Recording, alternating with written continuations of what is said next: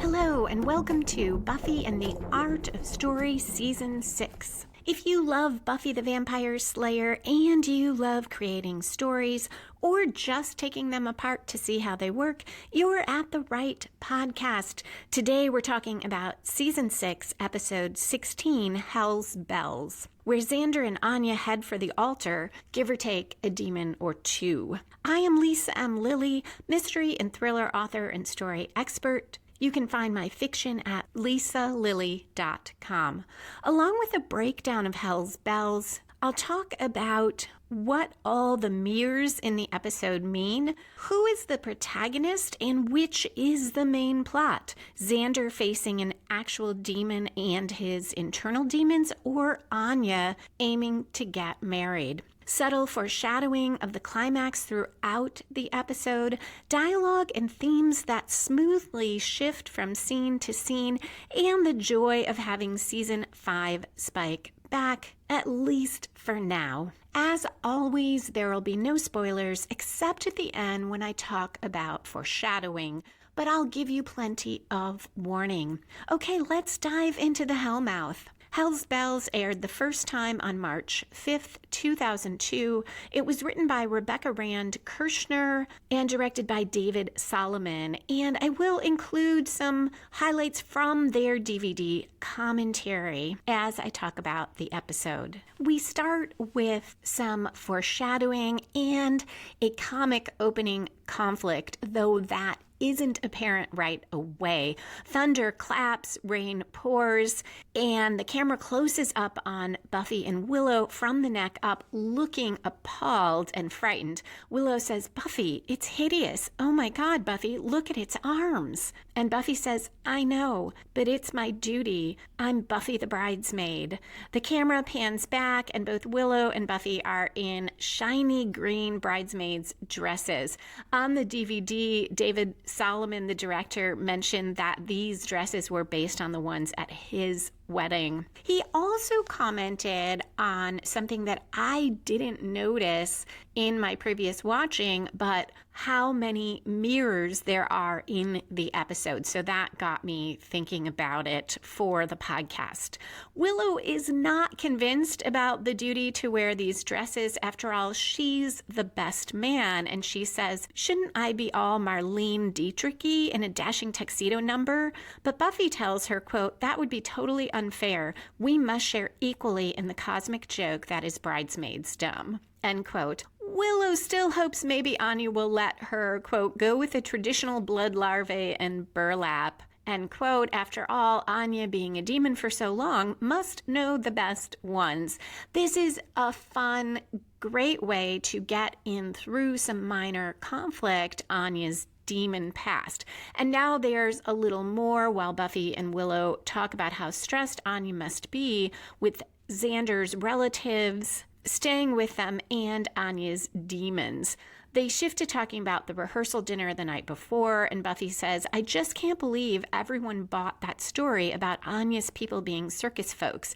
Did you see the guy with the tentacles? What's he supposed to be, Inky the Squid Boy?" Willow asks if Buffy saw how much the Harris family drank. Buffy did. Mr. Harris threw up in her purse. Anya appears in the doorway. She's in a robe, wearing curlers in her hair, and she puts her hands to her mouth, almost as if she's frightened. But then she says, "Oh," and hugs both girls in excitement about their beautiful gowns and says it's the happiest day of her life. The scene cuts to Xander trying to get ready for that same day, but in contrast to Anya, he is not looking happy, he's looking stressed. He's in the apartment, he's asking around for his cufflinks. His uncle Rory pretends to get electrocuted while trying to make an Irish coffee. And on the DVD, David Solomon noted how we've been hearing about Uncle Rory for 6 years, and now we finally get to meet him. And in a moment, we'll also get to meet Xander's parents, who we've heard so much about. Anya's demon guests are crowding into the apartment as well. When the Harrises arrive, Xander's mother keeps commenting about how she looks and she's not happy with it, but it won't matter because she won't be in the wedding pictures. And Xander keeps telling her she will. This was the first moment that pulled me out of the episode, because while I definitely identify with a mom or another parent making these types of comments that just add to the stress of the day, I didn't quite get why any mom of the groom would think she was not going to be in the picture. So I'm guessing maybe, but there was a tiny part of my brain that was saying, what? I don't get it. Maybe just me. There are a few moments later that are stronger, so I'll talk about them then in terms of throwing me off. Mr. Harris criticizes Xander and makes fun of the quote-unquote circus people and comments that one of them must be one of hers, meaning Anya's. Cousin Carol asks if Kevin, and that's clearly not his name, it's something like Craven, although IMDb lists the character as just warty demon. Carol asks if Xander thinks he would date her if he could clear up that skin problem. After all, she can't be that picky since she has a kid. Xander realizes Carol's wearing his cufflinks as earrings. He's glad he found them and foolishly says nothing on earth could stop this wedding now. This is a great transition to the next scene because it tells us whatever is coming is a threat. It's 3 minutes 57 seconds into the episode, and this is the story spark or inciting incident that gets the main plot rolling. And it should come in any story before the 10% mark, and here it is a little bit before, and that helps keep the momentum going. In the pouring rain outside, an old man appears out of flames. In the street, he opens an umbrella and strides away, and we go to credits. On return, at almost exactly 10% through, Xander struggles to suck in his breath as Buffy tries to force his cummerbund to fasten. He comments that it was fine when he did the fitting, but Buffy reassures him it'll fit as she uses her Slayer strength to try to make that happen. And Xander says, oh man, what if it doesn't? What if I can't wear my cummerbund? And then the whole world can see the place where my pants meet my shirt. Buffy, that cannot happen. I must wear Das cummerbund. Buffy manages to get it fastened and tells him he looks great. There is a mirror in this scene as well, though they don't spend a lot of time looking into it. She tries to help him with his bow tie. She tells him he's glowing, and he says he's happy. Buffy gets teary for him and tells him he and Anya give her hope, proof that there's a light at the end of the long, nasty tunnel. This makes sense in light of Buffy's relationship with Spike that has so disturbed her, and that they just broke up, though nobody else knows about it. But it also makes me struggle with a bit more of cognitive dissonance, as I have throughout this season, because these characters are 20 or 21 years old, and everyone is acting as if they all should have found the person they're going to spend the rest of their lives with. And there is also the issue of last episode, Buffy saw what was presented as the perfect couple of Riley and Sam, but it was another moment where I had to step back and feel this kind of disconnect between how the writers see this world and how I see it as a viewer. Buffy asks Xander where the best man is because Buffy can't get that bow tie right, and Xander says Willow had something important to do. This is another really nice segue in a subtle way, because we switch to Willow and Tara. They are crouching down in front of a mirror together, helping button Anya's wedding dress.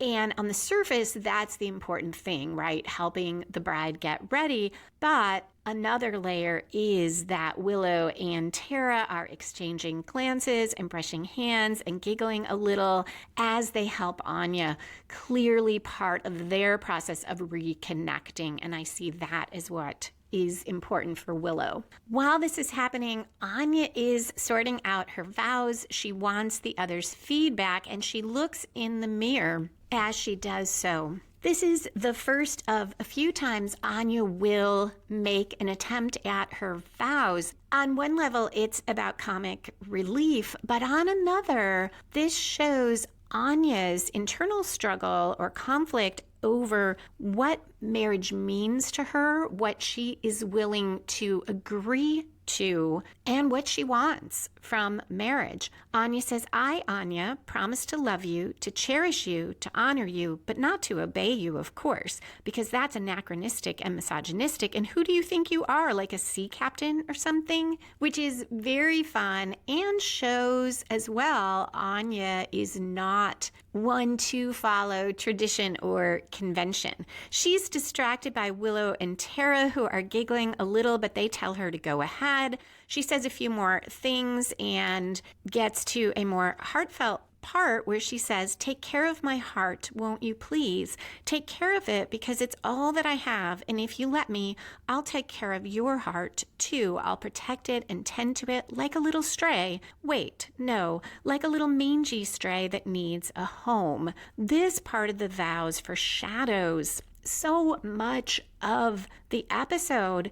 Anya really is giving her heart to Xander. We'll see that throughout the episode, and she is entrusting it to him, which turns out to not be something that will work out for her, and it is devastating. But also, characterizing Xander as a mangy stray that needs a home is so fitting for this episode. Xander will end up walking in the rain like a stray. And he does need a home, but he doesn't know how to get there. Anya is wearing an eye mask over her eyes, one of those that's meant to take down puffiness, and her hair is in curlers, a very 50s sort of look. My mother had those kinds of curlers. She steps back, and they all admire her dress. As Willow and Tara exclaim over it and how good she looks, Anya says it's the, quote, blush of imprudent spending, end quote, which shows us how much this means to Anya, who is very careful with money and very concerned about money. She then gushes about how excited she is. She wants to see Xander now.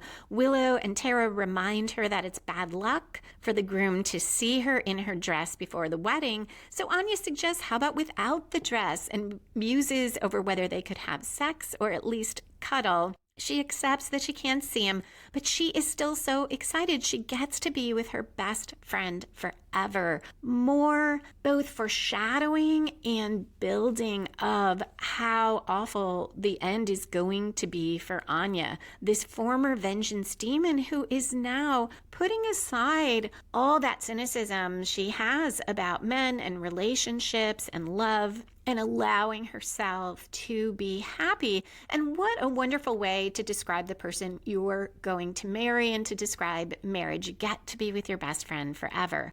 On the DVD, the writer Kirshner commented that that was the thing about this episode, that usually they give Anya so much comic relief, but here she becomes human. And to me, that's what makes it so moving. That's what makes this episode work for me, despite not loving it that much overall. It is the best part of the episode, the strongest part.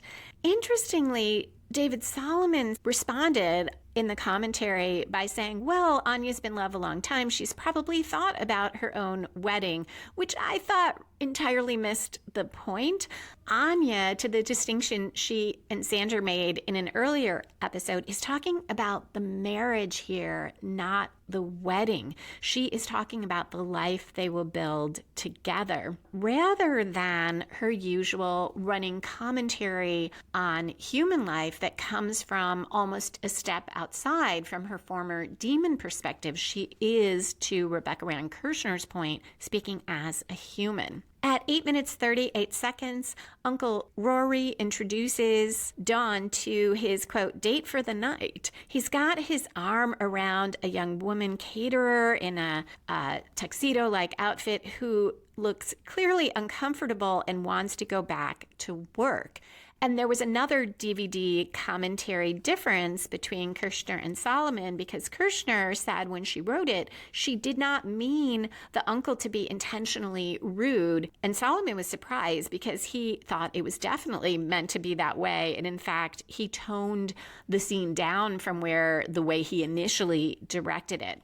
And this is one where his view came through very clearly. I also think his view fits better from a perspective of 25 years later, where we recognize how out of line Xander's uncle is, dragging this young woman around and keeping her from doing her job. De Hoffren arrives and hands Dawn a large present and wishes her Hymen's greetings, which he explains by saying that is the god of matrimony. And he goes on, may the love we celebrate today avoid an almost inevitable decline. More foreshadowing, along with the thunder and rain and lightning in the background. Halfrick comes in with him. She is also in a radioactive green bridesmaid's dress, as is Dawn. She offers Dawn a cheery greeting, says, call me Hallie, because they're practically family now. Dawn is not exactly effusive. She turns to De Hoffren and offers to put his gift on the table, and he says, oh, thank you. Careful, it's, and Dawn says, fragile, and he clarifies, squirmy. Hallie follows Dawn and says, so, Dawnie, how's everything? Going good? Nothing you wish was different? And De Hoffren says, Hallie, for yike's sake, take a day off. We're not here to do vengeance. We're here to mingle. A very fun and entertaining way through more minor conflict to remind the audience of Anya's vengeance demon past and a little bit about how that works. And I also just love seeing Hallie. Any episode she's in, she adds so much. At 10 minutes, 24 seconds, Spike walks in with a young woman vampire who is very goth looking and introduces Dawn to her without naming her, though IMDb says her name is Tarantula. He just introduces Dawn to his date and adds that she's with him, and then says his date for the wedding, making his point. The guests mingle near the bar, and this was the biggest point that on first watch and on every watch pulls me out of the story. I have been to weddings where it's not something where it's at a church or a chapel and then you go to a reception, but instead, like this one, everything's held in some sort of a club or lodge. You've got the ceremony set up in one part, you've got some back rooms and a kitchen, you've got a bar area. So that didn't throw me, but I have never been to one that had a sort of reception before the ceremony. I suppose you could have one. You have somewhere for the guests to gather and chat before they go sit down. But it becomes odder still when Xander comes out and is greeting everyone. And this is an example of if you're going to write something into your story that maybe it does fit your experience. I don't know. Maybe the writers had been to this type of a service. I think it's pretty different than what most people experience. And you've got to weigh doing that with, is your audience going to be confused? One way you can handle that potential reader confusion, if you're going to have an unusual situation, is to have a character call it out. For instance, here, if Xander's mother earlier had somehow been offended by the idea, or if his father started complaining about the extra expense, why do we have to pay more to have this space before the ceremony? That could have helped. We would have known, the writers knew it was unusual. I had a situation like this where I wrote a short story, a horror story. It was set in a law firm, and this was 20-some years ago, right when large firms and corporations were adopting business casual, but most people were not used to it yet. And I had a couple beta readers who really stumbled over the fact that this attorney who was trying to become a partner wasn't walking around in a suit and tie. I had something where he had to borrow a tie for a big meeting, and they just couldn't get past it. And it did not matter for purposes of my story, so I just dropped it. even though I knew it was authentic, it made the readers believe that I had no idea what I was talking about writing about lawyers and firms. And you can't, as the writer, say, no, this is really real. This is real life. So I just dropped it out because it did not matter to my story. Here, you absolutely need this pre-reception to make the story work. So much hinges on it, as we'll see. So in that instance, I might have done what I mentioned earlier about calling it out one way or another and having a character comment on the oddness of it. There are some awkward moments among the guests about the circus freak pretense. Some of them are arguing. Mr. Harris is already at the bar drinking. In a back room, away from it all, Buffy tells Xander he's one of the decent guys. She hopes she'll find someone like him one day. This also pulled me out a little because, as I've talked about, and some guests on the podcast have talked about, Xander is a problematic character, more so when viewed from the lens of 25 years later. So it makes me pause when Buffy is going on about how she wants to find someone like him. But I feel like at the time I watched it first, I agreed with Buffy, and this is another foreshadowing because Xander won't be that great guy today, and he so wants to be. I believe Xander in this episode is feeling tremendous internal pressure. He wants to be a decent person and do the right thing, but he has all these fears, and he does not know how to do that.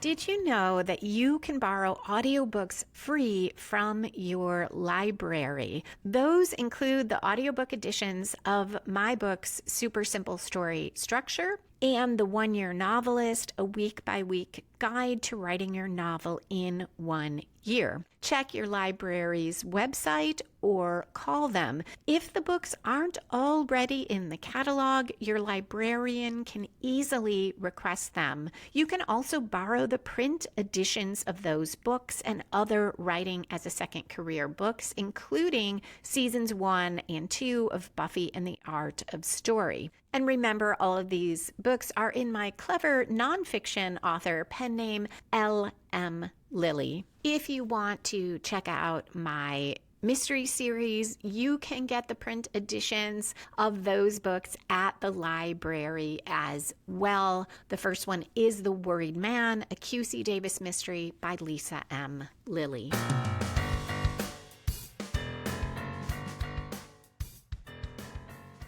On the DVD, Kirshner and Solomon mentioned that this scene features another mirror, and Solomon jokes it's because everyone's checking themselves out before the wedding. Kirshner jokingly said it's because they're all reflecting on themselves, but I thought she was spot on about that. And I'd take it further. The stories here are about people versus themselves.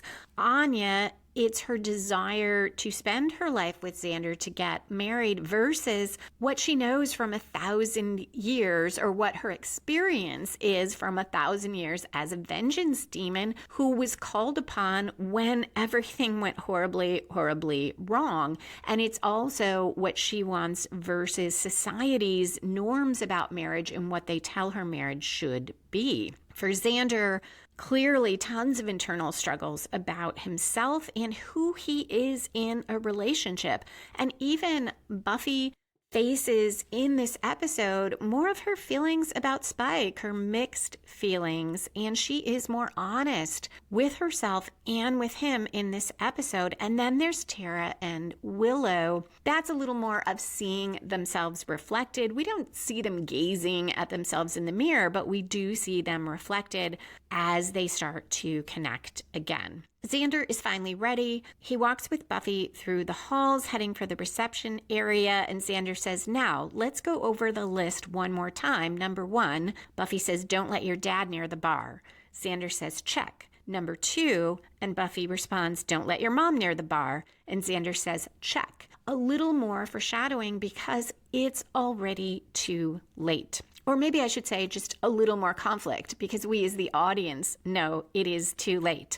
At 12 minutes 25 seconds, Dawn joins them in the back and tells Buffy Spike brought a total skank and they're making out all over the reception area. And Buffy says Spike brought a date. We're now approaching the part of the episode where we typically see the first major plot turn. I think of it as the 1/4 turn because in almost all novels and a lot of movies and TV shows, it comes about a quarter way through, sometimes more of a third of the way through. Wherever it is, it should spin the story in a brand new direction and raise the stakes. Here, it happens a bit late, which adds to the episode for me feeling a bit off in the sense that on first watch and probably second watches, I struggled a little with what exactly is the story here, what is the plot, but the reason that is because it's kind of a slow burn. There's a lot that leads up to the moment where the old man confronts Xander and takes him aside. There's a lot that puts Xander in a state to listen to this man. So at 12 minutes 57 seconds, that starts when Xander takes a deep breath in front of the door to the reception area, and his whole body language shows us how anxious he is. He enters, starts shaking hands with people. Someone complains about the photographers. Dawn says one of Anya's presents almost got away, and his mother complains about where the usher sat them. This, like the pre-ceremony reception, also drew me out of the story because ushers seat people when the ceremony starts. Even if you were having some sort of pre-ceremony space to gather and mingle, it doesn't make any sense to me that ushers would first seat people and then people would leave, because not everyone's going to have something to leave on the seats to remind them where to sit. And now I'm thinking about all of that instead of the story. So I'm not sure why they didn't just find something else for her to complain about. Xander is breathing harder and harder and looking more panicky as everyone talks to him. And that's when an old man pulls him aside and says Xander has to listen to him. And the man says, "You can't get married today. It's a huge mistake." Now, this could be the turn, but if Xander doesn't listen, it won't matter. And Xander at first is just fumbling around for who this guy is, thinking he's another uncle. But the man says Xander has to believe him and goes on, "I'm Xander Harris, I'm you." And at 14 minutes 7 seconds, we cut to a commercial. On return, Xander asks what the man means, and he clarifies, "I'm you from the future." And Xander says, "Oh, from the future. For a minute I thought you were a nutball, but now that you're from the future." The man interrupts to say he came back to warn Xander, but Xander is distracted when his father proclaims that he's ready to do a toast. He's right at the bar, and under his breath, Xander says he swore he told the bartender no drinks before the wedding. So I like that we acknowledge the oddness of that at least, and that Xander tried to prevent this. As the toast starts, the man pulls Xander away into a back room and shows him what looks like a small crystal ball. And on the DVD, the writer and director joke that it's a magic paperweight, which made me think of the orb of Thessaly back in season 2 that Giles was using as a paperweight. Oh, and that toast, the beginning of it, also contributes to Xander's state of mind because he hears it as he's following the man out. Mr. Harris says, "To my wife, what would I do without you, beautiful? Well, for starters, I probably wouldn't need to drink so much, would I?" He talks some more, and Xander is gone by this point, but he says marriage probably saved him from a nasty dose of the clap. One of the demons asks another if that guy ever shuts up, and Mr. Harris goes on, and a toast to the bride's dermatologically challenged family shrub. A fight almost breaks out between one of the demons and Mr. Harris, but Buffy pulls Mr. Harris away, reminding him that he must be so happy for Xander on his once-in-a-lifetime day. He asks whether she had a small purse, a reference to him throwing up in it, and then he starts coming on to her. She suggests he get a strong cup of coffee, and he says, hey, what do you say we slip in the back room and I show you and Buffy says, you finish that sentence and I guarantee you won't have anything to show me. At 16 minutes 12 seconds, the old man tells Xander to look at the crystal. He'll see what future Xander felt. Xander does, and there's a bright light, and now Xander's in his tux, but in a recliner. I see this as what turns the story, the pulling of Xander into the paperweight. You could also see it as Xander going off with this old man et al., which puts it a little bit earlier.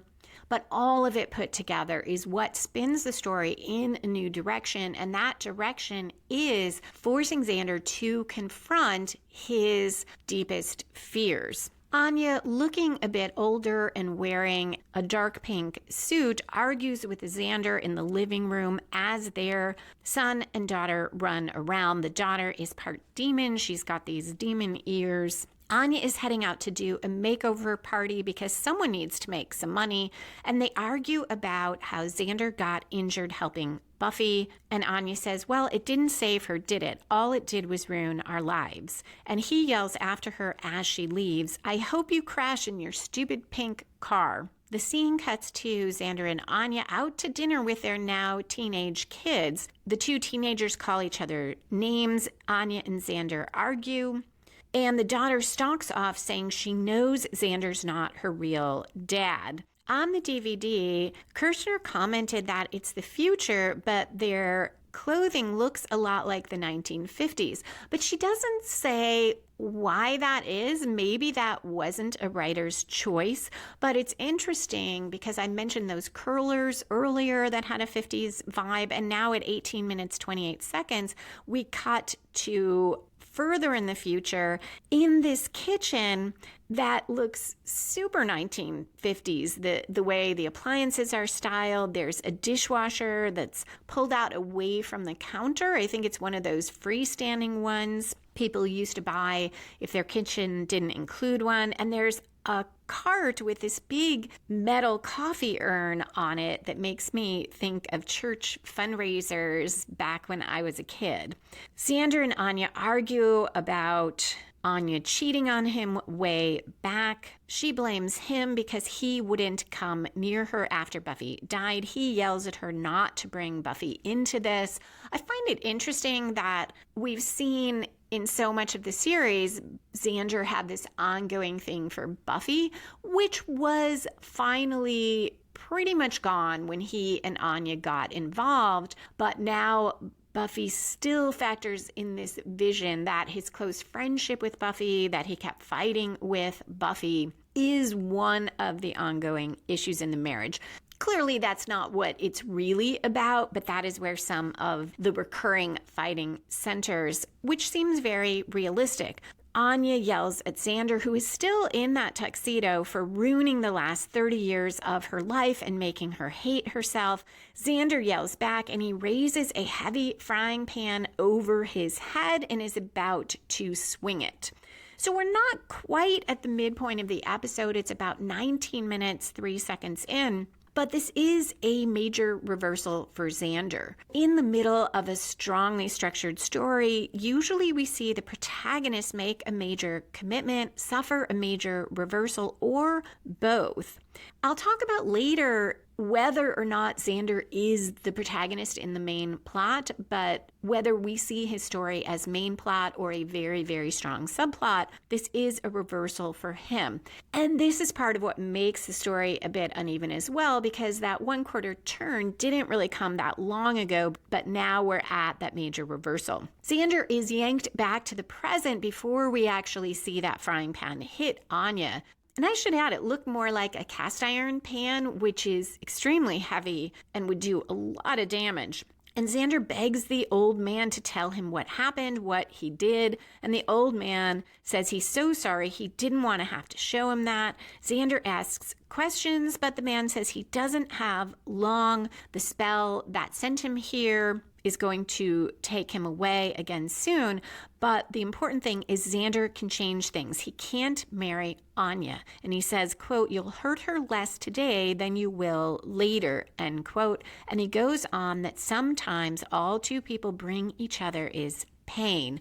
Another subtle transition, because we cut to Buffy, who runs into Spike, who is now standing alone. Another two people who bring each other pain. On the DVD, they said that Joss Whedon wrote this scene, and this is where I see Spike being so much more like season 5 Spike, who is in love with Buffy, who still has edges, who can be cutting when he talks to her on occasion, and is still a vampire, but who genuinely cares about Buffy. And despite being unhappy that he can't be with her, or she is not, as he sees it, admitting her love for him, he still wants her to be happy, still wishes her well. Right now, he's petty Spike, which is always fun. He says, "You meet my friend?" And Buffy, being really honest, says, "No, not yet, but she seems like a very nice attempt to make me jealous." And she admits that it is working a little, though it doesn't change anything. And she goes on, "But if you're wildly curious, yeah, it hurts." And Spike says, "I'm sorry," or "good," which also is so very Spike. He then says that they can leave if she wants, but Buffy tells him he can stay. He has every right to be there. An acknowledgement that he is part of the group, something that we have not seen much of in the season, where mostly Buffy and everyone else is acting like Spike is still more like season 4 Spike and the total outsider. Both Buffy and Spike are awkward as they continue to talk. Spike finally says it's hard, and he and his date will go. Buffy asks if they're going to Spike's place, and he says, "Yeah, I suppose that was the idea." And Buffy says, "Yeah." And Spike says, "Evil." And Buffy says, "Of course." And then Spike tries to claim he won't, and then he rolls his eyes and says they will. He tells her to give his best to Xander and Anya and finishes, "It's nice to watch you be happy, for them even. I don't see it a lot. You glow." Buffy laughs a little and responds, "That's because the dress is radioactive." As she starts to walk off, he says, "But it hurts." And Buffy answers, "Yeah." And Spike says, "Thanks." And he leaves. And when he is too far to hear, Buffy quietly says, "You're welcome." I love the whole exchange. It feels so authentic to who these two characters are. David Solomon said the expression on Buffy's face when Spike is talking about taking the vampire home to his crypt, Solomon sees her expression as at once humiliated and titillated. And Rebecca Kirshner was surprised at the titillated part. She read Buffy as angry. I went back and watched, and I really couldn't tell because it's a profile shot when they're having that conversation, and I couldn't say one way or the other. If you feel like going back and watching, I'd love to hear your thoughts on that. At the door, Spike takes the vampire's hand and starts dragging her out, and she says, "What about the wedding?" And we cut to Xander, who has that same question in his mind. And he paces in this very nice kitchen. It's updated, it's shiny, it's such a contrast to the kitchen in his vision. Willow joins him, very excited for him, and says how good he looks, and it's a good thing she realized she was gay. Quote, "Otherwise, you, me, and formal wear," end quote. A really nice callback to season 3, where they were getting ready for the prom and ended up kissing after seeing each other so dressed up. It's 23 minutes, 14 seconds in, so a bit past the middle of the episode, and they hug, and she says, does he know how much she loves him? And he says about half as much as he loves her. Willow now asks if he's ready for the long walk. He tells her to give him a second. He wants to work on his vows, and Willow tells him to take his time. It's not like they could start the wedding without him. A little more foreshadowing of what's to come. Now we transition. Xander claimed he was going to work on his vows, and Anya is still working on hers. Another very nice, subtle transition. Anya says, I, Anya, promise to cherish you. Ooh, no, not cherish. I promise to have sex with you whenever I want, and a pledge to be your friend, your wife, your confidant, and your sex poodle. And Tara says, sex poodle? Anya responds, yeah, why? Tara says, I'm not sure you should say sex poodle in your vows. And Anya says, huh. A string quartet starts playing where all the chairs are lined up for the ceremony and people start sitting down. Buffy pops her head into the back room to ask if Anya is ready, but Willow yanks Buffy away and into the hallway and tells Buffy that Xander disappeared. And we cut to a commercial. Now, if Anya is the protagonist, this is 24 minutes, 34 seconds, so it's a little bit beyond the midpoint, but it is a pretty good midpoint reversal for Anya, despite that she's unaware of it. It's going to have a huge effect on her.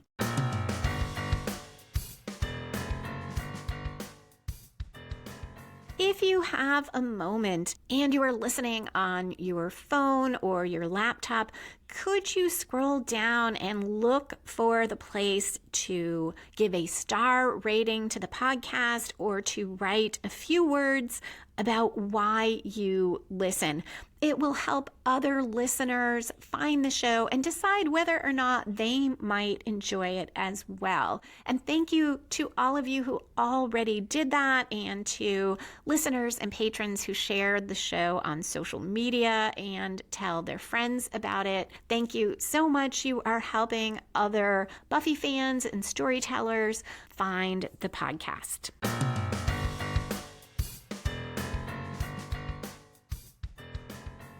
The episode cuts to a commercial. On return, Willow tells Buffy she'll go find Xander. Buffy should stall. Buffy returns to Anya and claims there's a delay. The minister had to perform an emergency C-section, which Anya understandably questions. Buffy rambles, yeah, he's not just a minister, he's a doctor. He's like half minister, half doctor, a minuter. Not, of course, to be confused with a minotaur. Because he's all, man, this doctor, minister man, no bull parts whatsoever. Anya gets bored, turns to look at herself in the mirror again, and Buffy leaves. Tara stays in the room with Anya, who now faces the camera and says, for the last time. And she now recites her vows. I, Anya, want to marry you, Xander, because I love you and I'll always love you. And before I knew you, I was like a completely different person.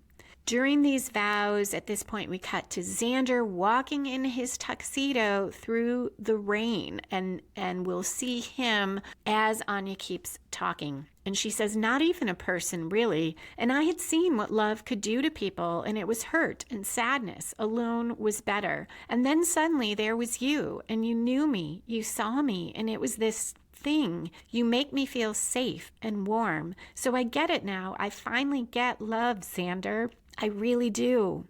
These vows always make me cry. It is so sad for Anya to finally be able to express all of what she feels and to be saying how safe Xander makes her feel as he has left the wedding ceremony and is out there like that stray in the rain. And this tells us just how devastated Anya will be if Xander does not return.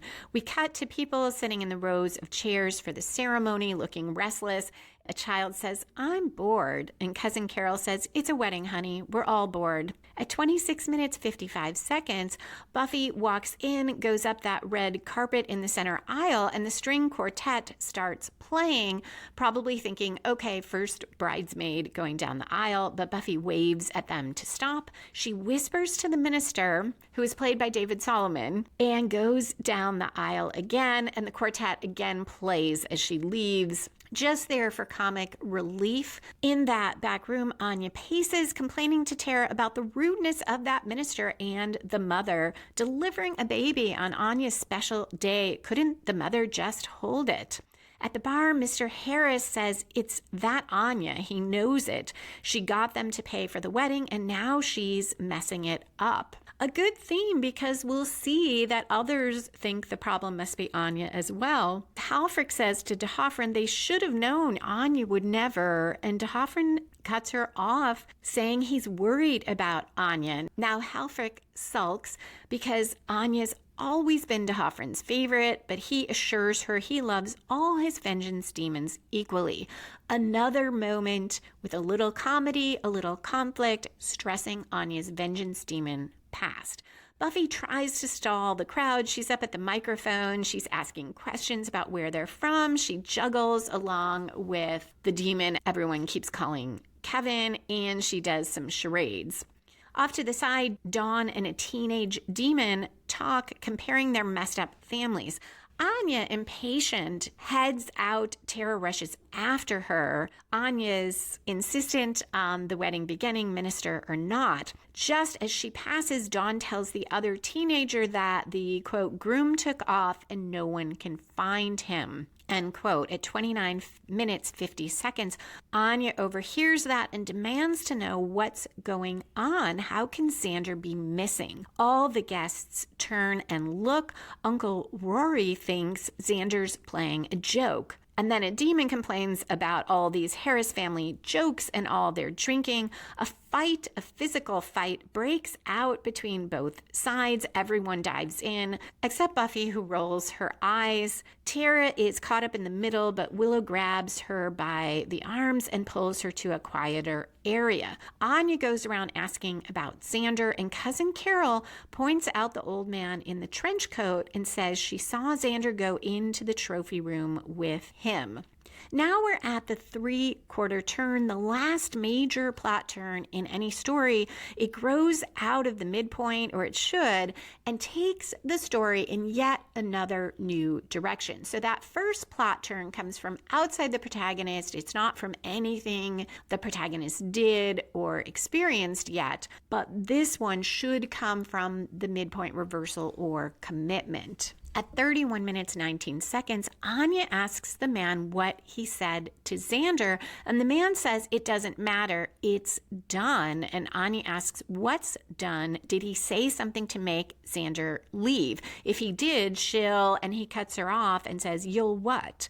And he goes on that she hasn't changed a bit and she doesn't even recognize him. The man tells her Xander left because of her. I see this as the 3/4 turn, though, again, it's a bit of a struggle because this part does not directly affect Xander. So if he's our protagonist, I'm not sure where that last major plot turn is for him, other than how this affects Anya. For Anya, though, this is a huge turn. Up until now, she's been getting ready for the wedding. She's been sorting out the vows and her feelings. She's headed out to make this wedding happen, minister or not. And now it's not just that Xander's gone. It's that somebody did something to cause him to leave. And the conflict escalates here. The man tells her Xander left because of her, and she protests that she didn't do anything. And he says, what about this?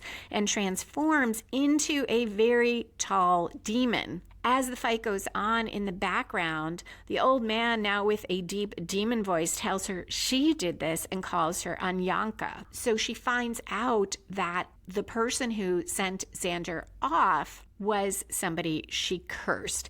He reminds her about the South Side of Chicago in 1914. She cursed him and ruined his life by turning him into a demon, and he was tortured in another dimension. And every day of that torture, he thought about how to get out and get to her and pay her back.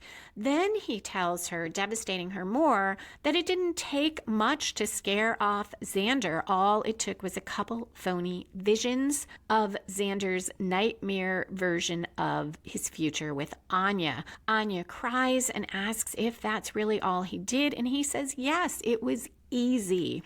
And he is very happy now. He loves to see Anya cry. Then he says now he wants to see her scream, and he hauls off and hits her. Buffy intervenes. She's a little bit limited in fighting due to that narrow long skirt on the bridesmaid's dress, but Xander arrives just in time to help save Anya. And on the first watch, I thought they would still get married. Buffy keeps fighting the demon as Anya explains off to one side to Xander that it was all lies. The demon just wanted to break them up. Xander says it doesn't matter now, an ambiguous comment that could mean it's too late to change anything or that he's ready to get married. A nice way to keep the suspense going.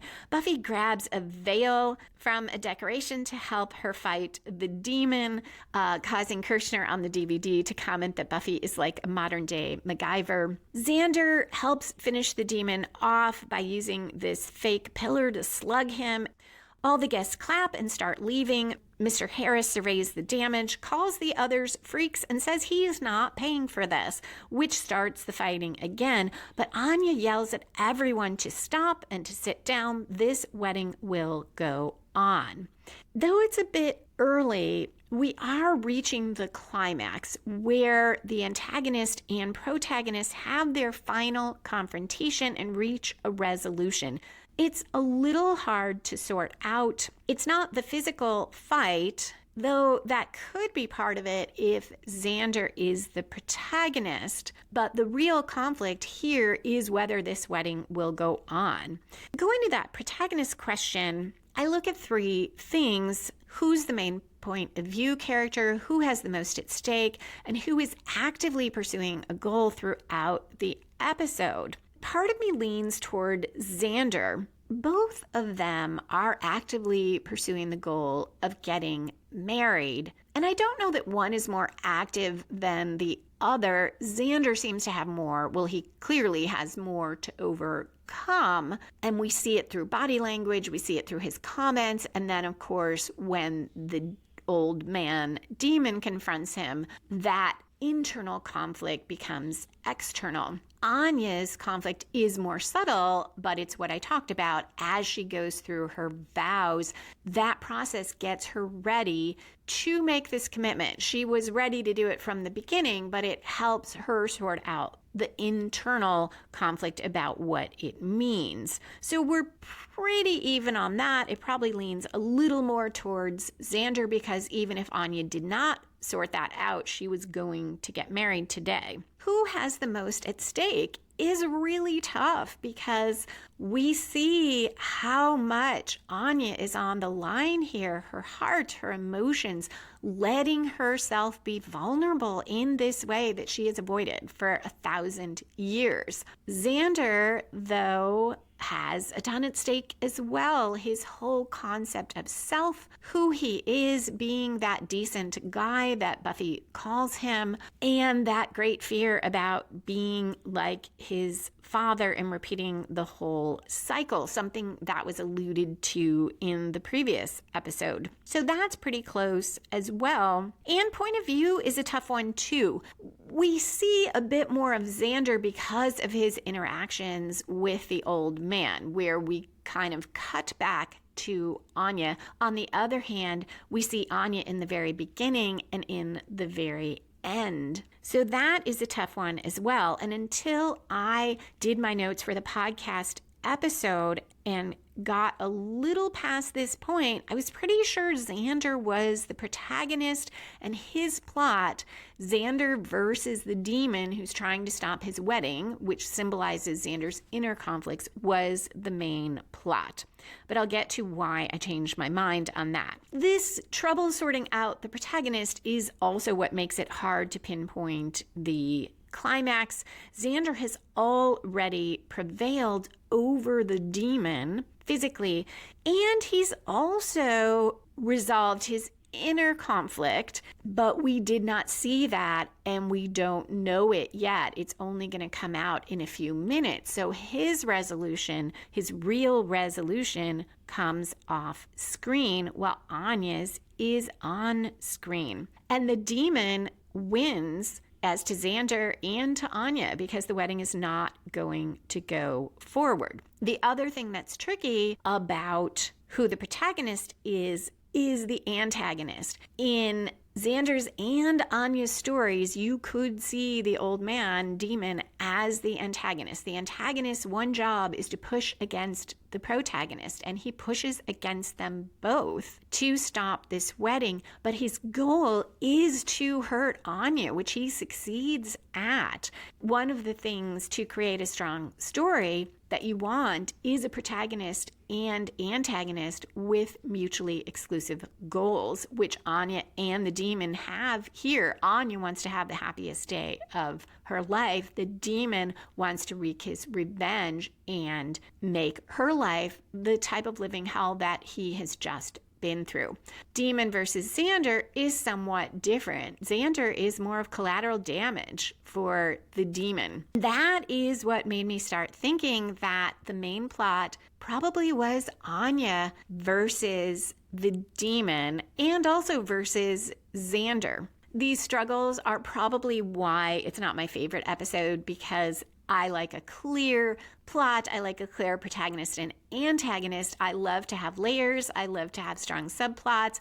But this type of mix, for me, in a story doesn't work as well. Other people have no issue with it. To get back to the plot, whoever it is, near the door at about 35 minutes, 43 seconds, Anya jokes with Xander that it's bad luck to see her in her dress, but she assures him it's all okay. The Demon's dead. It was all smoke and mirrors. They're ready. It's time to get married. Now Xander says he's not ready, and his voice breaking, he tells her he's sorry. He knows the visions weren't real. Anya asks what the man showed him about her because it wasn't real, and the Demon wanted Xander to hate her. And now we get to the crux of it, because Xander says it wasn't her he was hating. He had these thoughts and fears before. Maybe they went too fast. Anya tells him everyone has questions. It doesn't mean getting married is wrong. He just needs to calm down. They can start over. So this makes me see that in Xander's plot, it is Anya who is the antagonist.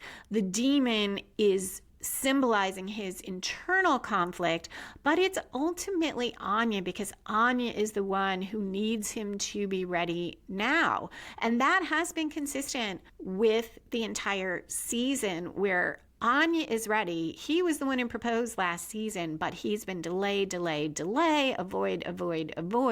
And Anya has been the one who needs this to happen since he proposed. She wants to get married. This is the climactic moment. She says they can start over. Xander looks at his father, who is standing over his mother and yelling at her, and he tells Anya he doesn't want to hurt her. They can't start over. If it's a mistake, it's forever. He says he's sorry again. Anya sees he means it. There's nothing else she can do, and tears running down her face, she turns away and stumbles toward the guests.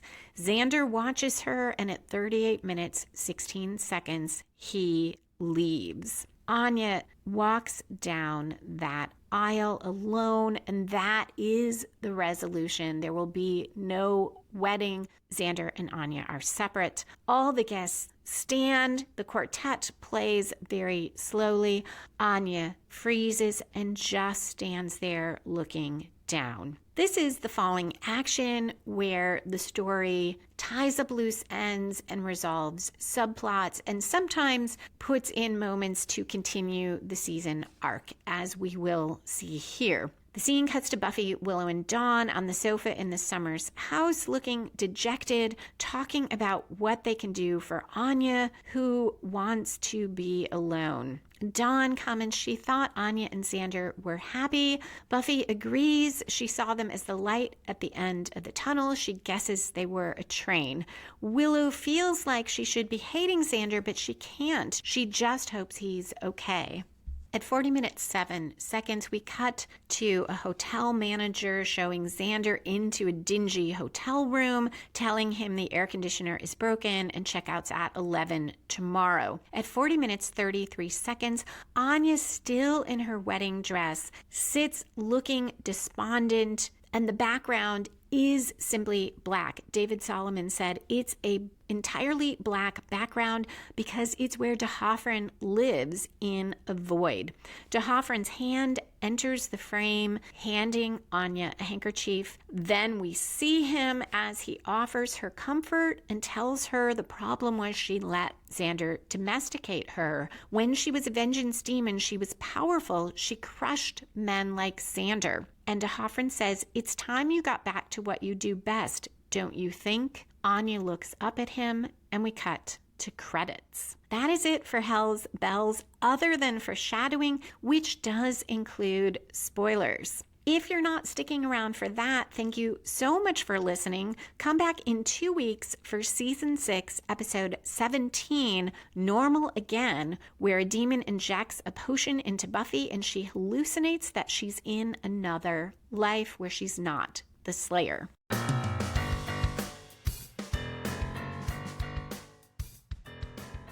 And we are back for foreshadowing, which includes spoilers. So much of this is about Anya in this season. She will try to take revenge directly on Xander and learn that she can't.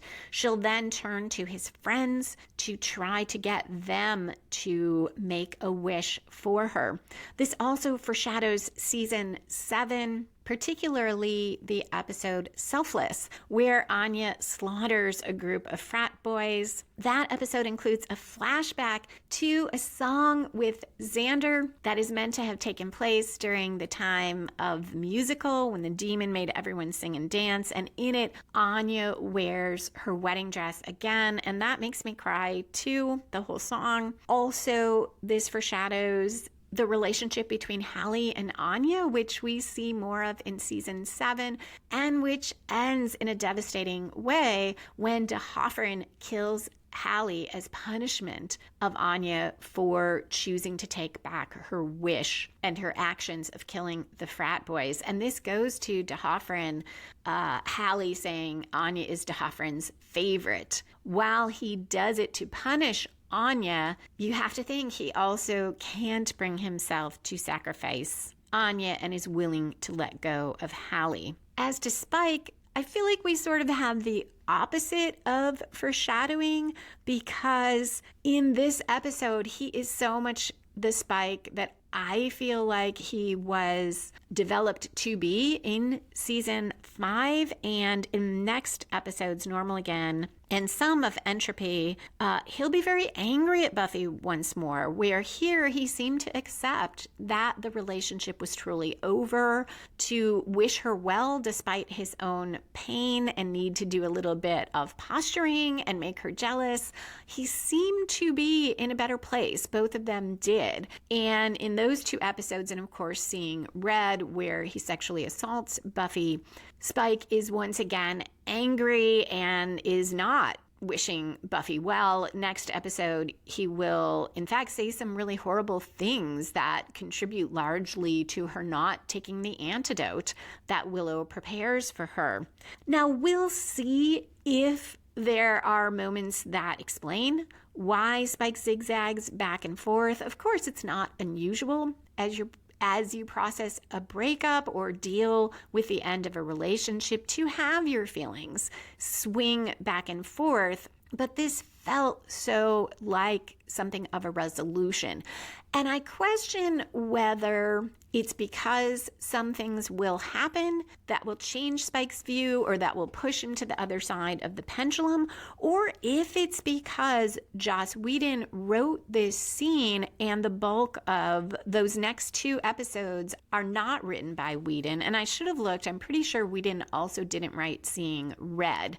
And it makes me wonder whether if he had been more involved in Season 6, whether we might have seen a different Spike. The story arc, I have to think, would be the same because I'm sure he was still involved in the overall story arc, but perhaps more would have been layered in. I might have bought Spike's arc in this season more. I might have believed his actions because perhaps Whedon could have gotten in there whatever his vision was of Spike. I know he wanted Spike to be evil or to make clear to the audience that Spike was still evil. Perhaps he could have done it in a way that I would have found more consistent with the way Spike was written in seasons 4 and 5.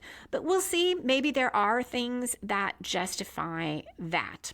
That is it for foreshadowing and spoilers and for the episode Hell's Bells. Thank you again for listening, and a special thank you to patrons who support the show. Remember to check out all the bonus content that is available for you on Patreon. And please come back, everyone, in 2 weeks for the next episode, Season 6, Episode 17, one of my favorites, Normal Again, where Buffy hallucinates that she's in a psychiatric facility. Her parents are alive, and Dawn really does not exist. You can find back episodes of the podcast on YouTube or at lisalilly.com, where you can also find my mysteries and thrillers and the Buffy and the Art of Story books.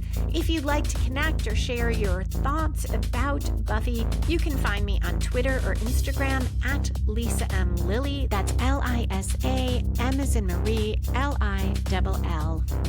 Or email me at buffystorypod@gmail.com. Music for this episode was written and performed by Robert Newcastle. Buffy and the Art of Story is a production of Spiny Woman, LLC. Copyright 2023. All rights reserved.